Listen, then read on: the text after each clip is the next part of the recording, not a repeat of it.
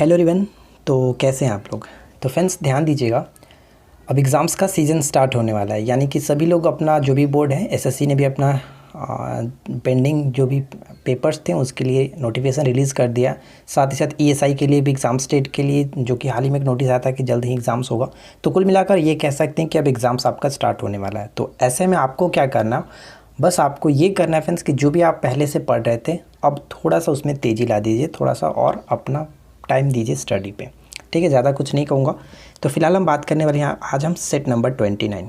तो चलिए इस वीडियो को एंड तक देखिएगा और बताइए कितना आप स्कोर कर पाते हैं। तो शुरू करते हैं। फर्स्ट क्वेश्चन ये कह रहा है कि केला किस कुल के अंतर्गत आता है। जैसे आपने पढ़ा होगा फ्रेंड्स, आवृत बीजी के अंतर्गत दो भागों में बांटा गया। आवृत बीजी को दो भागों में बांटा गया। एक होता है एक बीजपत्री और एक होता है द्विबीजपत्री। तो एक बीजपत्री के अंतर्गत भी कई सारे कुल आते हैं, द्विबीजपत्री के अंतर्गत भी कई सारे कुल आते हैं। जो केला आता है वो किसके अंतर्गत आता है, किस कुल के अंतर्गत, म्यूजेसी कुल के अंतर्गत आता है। यहाँ पे राइट आंसर आपका हो जाएगा ऑप्शन ए, म्यूजेसी कुल के अंतर्गत। ठीक है, अगर हम बात करिए किस कुल के अंतर्गत है तो यानी कि हम कह सकते हैं कि म्यूजेसी कुल के अंतर्गत एक बीजपत्री के अंतर्गत आएगा।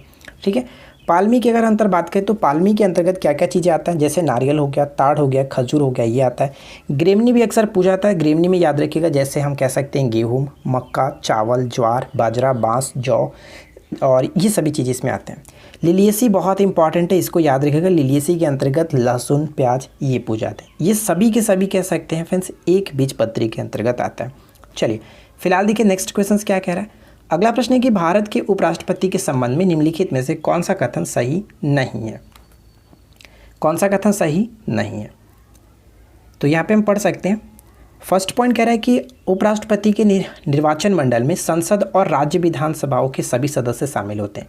ये पॉइंट गलत है, क्योंकि उपराष्ट्रपति के निर्वाचन मंडल में संसद के दोनों सदनों के सभी सदस्य शामिल होते हैं। यहाँ पे विधानसभाओं के बारे में कोई जिक्र नहीं होता है, तो गलत हो गया आपका ऑप्शन ए। आगे देखिए थर्ड क्वेश्चन है कि सही मिलान कीजिए। यहाँ पे आपके पास दिया गया मिलान करना है, एक तरफ खोज है और उसके खोज करता है। देखिए एंटीजन की बात करें तो एंटीजन के खोजकर्ता लैंडस्टीनर थे। विटामिन के हॉपकिंस और जो कि इसका नामकरण दिया गया था वो फंक के द्वारा दिया गया था, ये ध्यान रखिएगा। और पोलियो वैक्सीन जेई साल्क और साथ ही साथ जीवाणु ल्यूमेनॉक। तो कह सकते हैं यहाँ पे सभी के सभी बिल्कुल सही तरीके से मिलान किया गया, ऑप्शन डी करेक्ट है। देखिए फ्रेंड्स आप चाहे कहीं से भी पढ़ लीजिए, हम लोग जो क्वेश्चंस आपको कराते हैं वो कहीं से कॉपी पेस्ट नहीं होता है।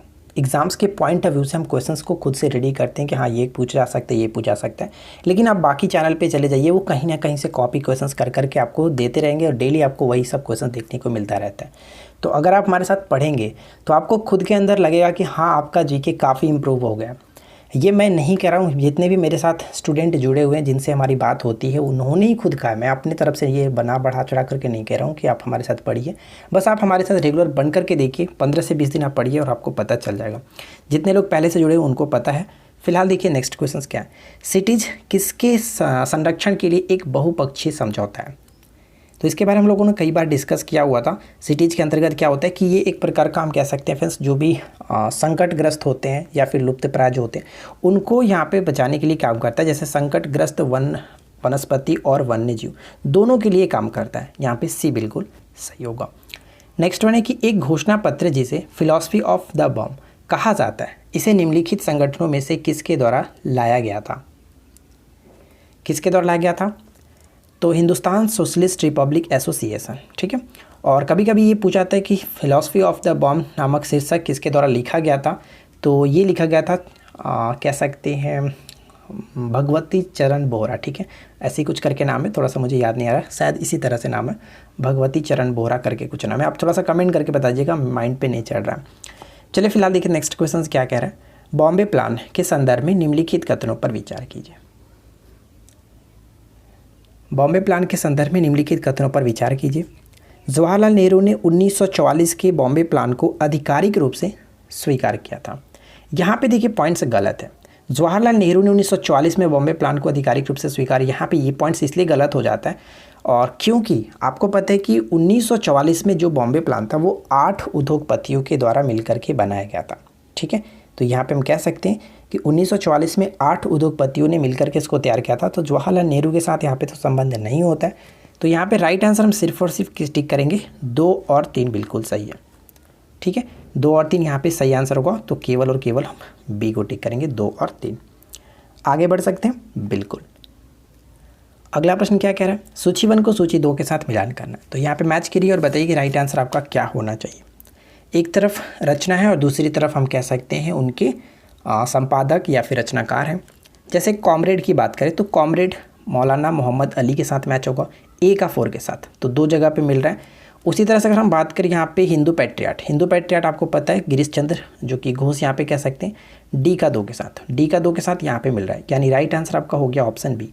बाकी को याद रख सकते हैं, जैसे प्रताप की बात करें तो गणेश शंकर विद्यार्थी, और वंदे मातरम आपको पता है कि बिपिन चंद्रपाल, यहाँ पे हम कह सकते हैं। चलिए आगे बढ़ते हैं। नेक्स्ट पॉइंट कह रहा है कि 1950 के दशक के दौरान भारत में अपनाई गई महालनोबिस योजना का मॉडल क्या है, मॉडल का उद्देश्य क्या था। पीसी महालनोबिस मॉडल पर आधारित आपको पता है द्वितीय पंचवर्षीय योजना, और द्वितीय पंचवर्षीय योजना किस पे जोर दिया गया था, तो भारी उद्योगों की स्थापना पे जोर दिया गया था, बी करेक्ट होगा। बृहस्पति ग्रह के संदर्भ में निम्नलिखित में से कौन सा कथन सत्य है। बृहस्पति ग्रह के संदर्भ में निम्नलिखित में से कौन सा कथन सत्य है। देखिए पहला पॉइंट से कि बृहस्पति सूर्य से 5वां ग्रह बिल्कुल सही है। सौरमंडल का सबसे बड़ा ग्रह भी है, ये भी सही है। बृहस्पति का सबसे बड़ा उपग्रह यूरोपा है, ये पॉइंट्स गलत होता है क्योंकि बृहस्पति का सबसे बड़ा उपग्रह गैनीमेड होता है। यूरोपा भी बृहस्पति का उपग्रह ही है लेकिन ये सबसे बड़ा नहीं है, ठीक है। तो गैनीमेड हमारे कह सकते हैं कि सौरमंडल का अब तक का ज्ञात सबसे बड़ा उपग्रह माना गया, तो ये ध्यान रख सकते हैं। राइट आंसर होगा केवल 1 और 2। चलिए आगे बढ़ते हैं। आगे बढ़ने से पहले एक छोटा सा रिक्वेस्ट आपसे कर ही सकता हूँ कि इस वीडियो को लाइक कर दीजिए, साथ साथ दोस्तों को शेयर कर दीजिएगा, पसंद आए तो, कोई ज़बरदस्ती नहीं है, ठीक है फ्रेंड्स। और इस चैनल को सब्सक्राइब करके नोटिफिकेशन बिल को ऑन रखिएगा। अगर आपको लगता है कि ये चैनल आपके लिए यूज़फुल है तो सब्सक्राइब करके नोटिफिकेशन बिल को ऑन कर लीजिएगा। नेक्स्ट क्वेश्चन के कथनों पर विचार कीजिए। तो यहाँ पे 2 पॉइंट्स हैं, दोनों को पढ़िए और बताइए कि क्या यहाँ पे सदिश राशि की विशेषता कौन सी है। सदिश राशि तो आपको पता है जिसमें दिशा और परिणाम दोनों हो, तो सदिश राशियों में केवल दिशा होती है, ये पॉइंट तो पहला ही गलत हो गया। घटाने अथवा जोड़ने के लिए सदिश की समान इकाई होनी चाहिए, बिल्कुल सही है। तो यहाँ पे राइट आंसर आपका हो गया ऑप्शन बी, केवल और केवल 2 सही है। देखिए एक छोटा सा इन्फॉर्मेशन मैं आपके साथ शेयर करना चाहता हूँ, थोड़ा सा टाइम दीजिएगा, आपके लिए ही बता रहा है, थोड़ा सा समझ लीजिएगा।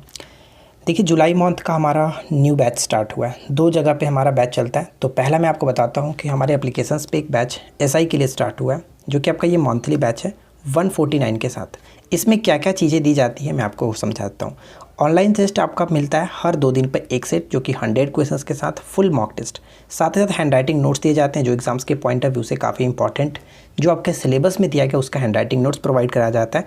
करीब आपको हर दिन 3 से 4 नोट्स दिए जाते हैं, और यानी 2 दिन में आपको करीब मिला करके 6 से 7 नोट्स आपको दिया जाता है, जो कि काफ़ी इनफ हो जाता है। उसके बाद आपका 100 क्वेश्चंस का वीडियो सॉल्यूशन आएगा एक्स्ट्रा फैक्ट के साथ। साथ ही साथ डेली आपको 20 क्वेश्चंस दिए जाते हैं करंट अफेयर्स के, जो कि लास्ट 1 साल के यानी 12 महीने के जो भी इंपॉर्टेंट करंट अफेयर्स हैं वो आपके साथ डिस्कस किया जाता है।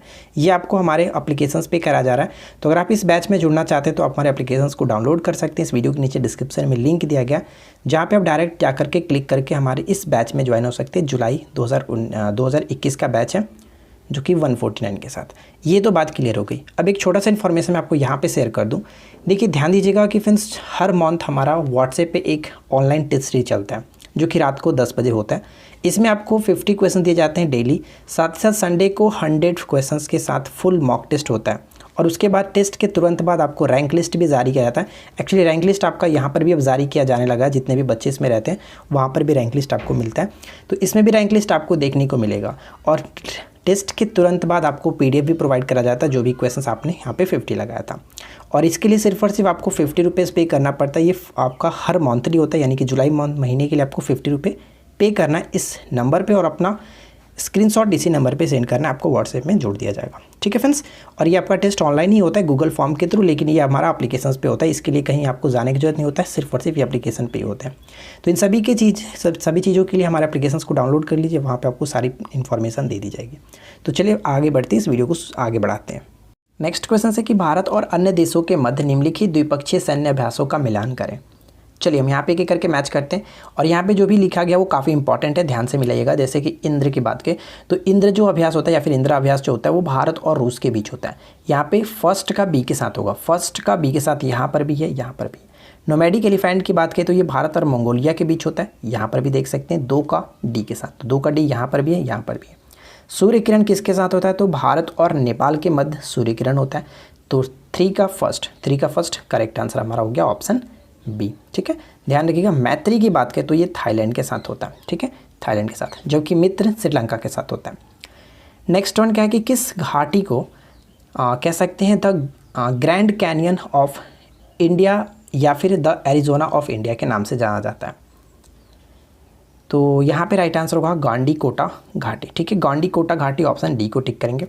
छोटा सा पॉइंट मैंने इसके बारे में लिखा है, आप यहाँ पे पढ़ सकते हैं कि गांडीकोटा घाटी को the grand canyon of India या फिर द एरिजोना ऑफ इंडिया के रूप में जाना जाता है और ये आंध्र प्रदेश में स्थित है, पूछा जा सकता है। अगला प्रश्न कह रहा है कि रॉयल चेरुवू झील जो वो किस राज्य में स्थित है। रॉयल चेरुवू झील जो किस राज्य में स्थित है। तो देखिए फ्रेंड्स, ये जो झील पड़ता है वो इसी घाटी के पास में पड़ता है, यानी कि आंध्र प्रदेश में स्थित होगा। तो ऑप्शन हम बी को टिक करेंगे, करेक्ट आंसर है। चलिए अगला क्वेश्चन देखिए। नेक्स्ट क्वेश्चन कह रहा है कि कृषि के संदर्भ में बरनी, ठीक है, बरनी शब्द का संदर्भ क्या होगा या फिर संदर्भित करता है किसको। बरनी शब्द किसको संदर्भित करता है। तो इस प्रश्न का राइट आंसर हमारा हो जाएगा बरसाती कृषि। ठीक है, ध्यान दीजिएगा, बरनी शब्द बरसाती कृषि या फिर रेनफेड फार्मिंग को कह सकते हैं, बी करेक्ट है। नेक्स्ट वन, पृथ्वी की 3 सकेंद्री परतों में दूसरा परत का नाम क्या है। पृथ्वी की 3 सकेंद्री परत है, पेड ग्रुप में इसके बारे में मैंने बहुत अच्छे तरीके से डिटेल में बताया था। ठीक है, परतों के मध्य जो भी असंबंधताएं होती हैं उनको भी अच्छे तरीके से क्लियरली हम लोगों ने फिगर के साथ किया था।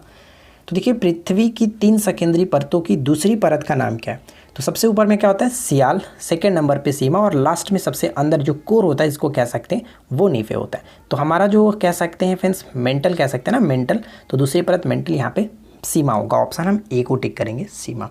चलिए अगला क्वेश्चन क्या है। नेक्स्ट वन है कि निम्नलिखित में से कौन सा विषय भारतीय संविधान की 7वीं अनुसूची की जो सूची 3 है यानी समवर्ती सूची में शामिल है। तो 7वीं अनुसूची में 3 प्रकार की सूची है, जैसे संघ सूची, राज्य सूची और समवर्ती सूची। तो यहाँ पे आपको बताना है समवर्ती सूची में कौन सा शामिल है।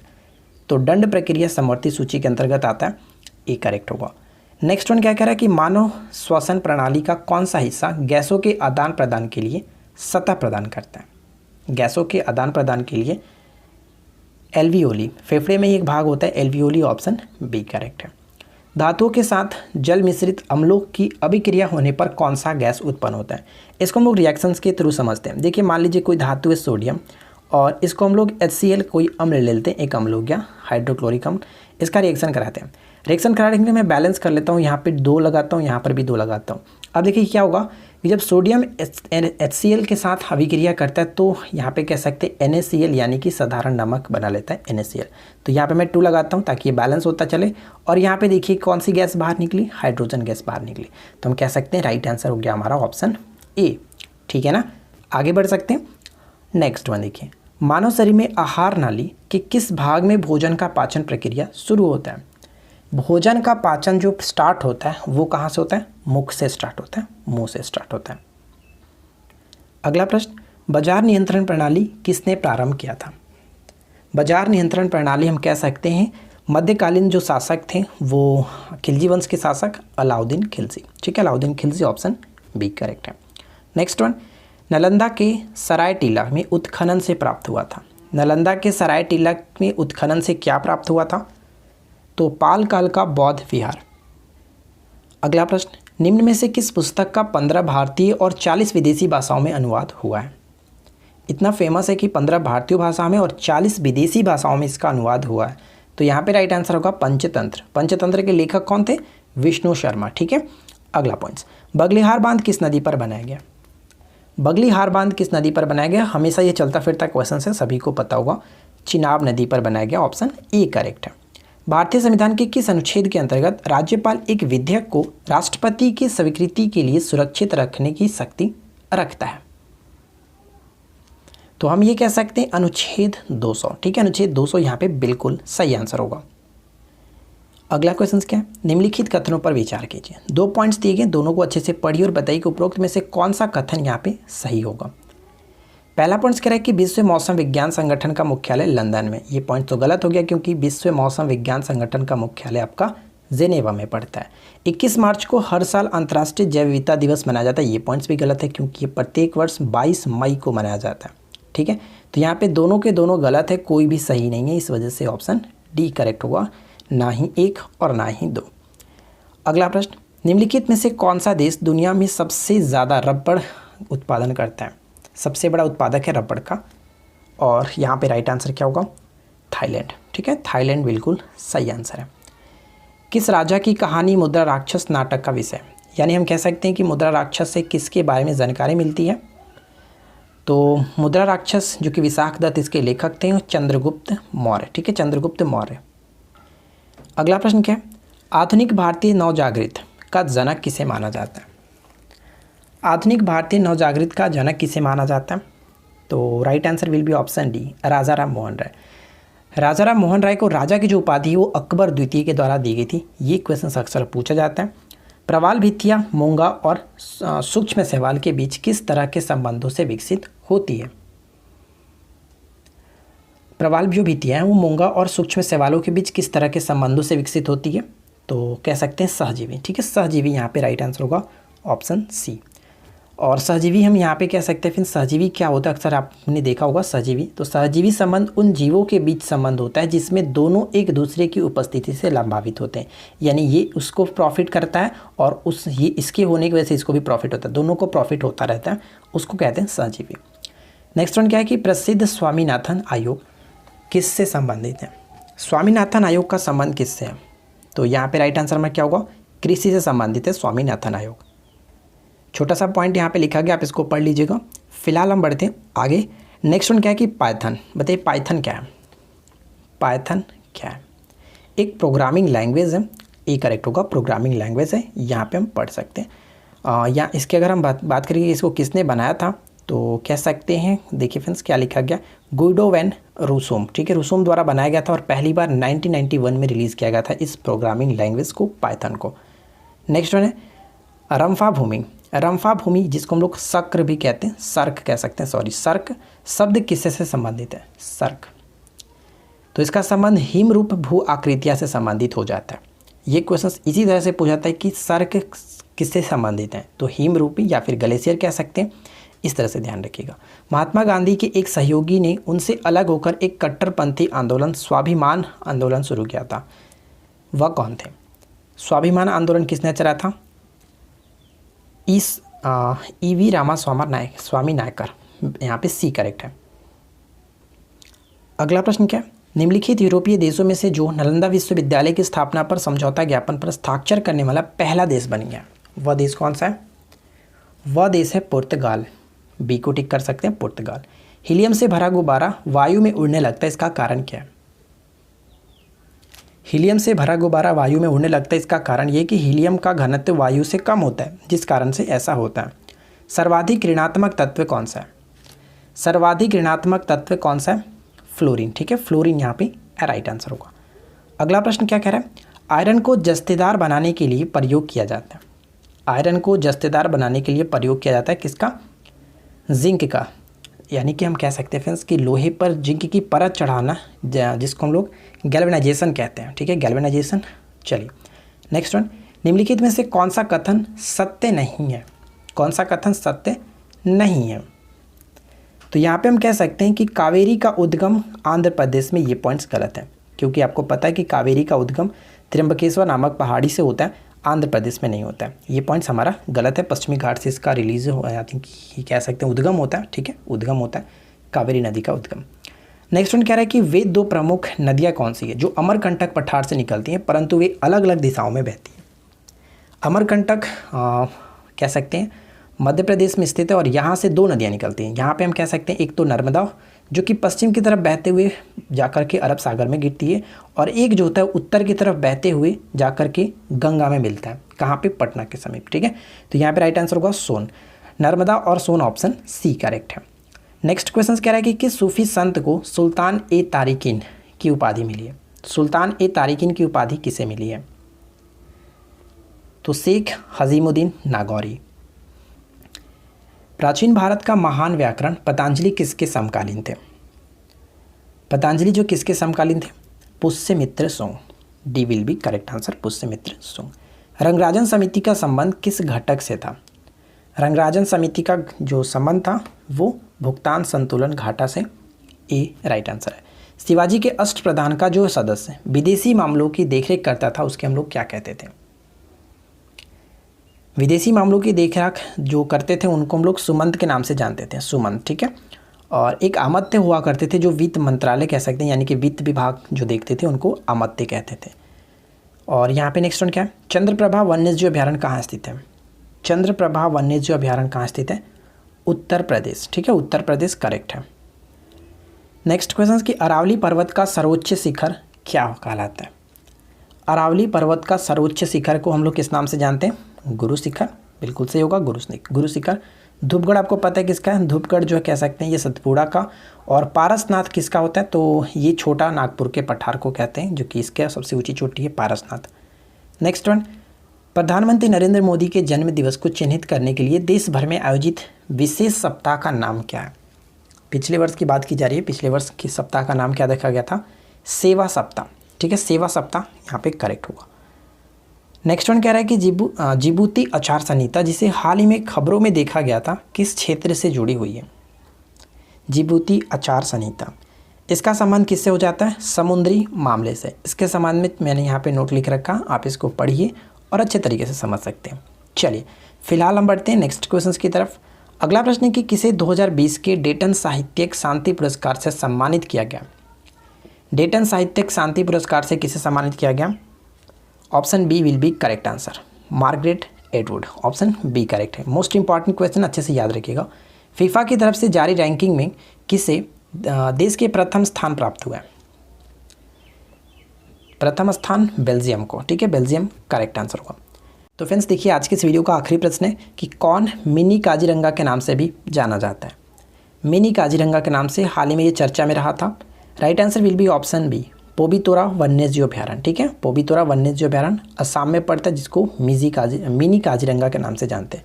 ये क्वेश्चन ऐसे भी घुमा करके पूछा जा सकता है कि पोबितोरा वन्यजीव अभयारण्य किस राज्य में स्थित है?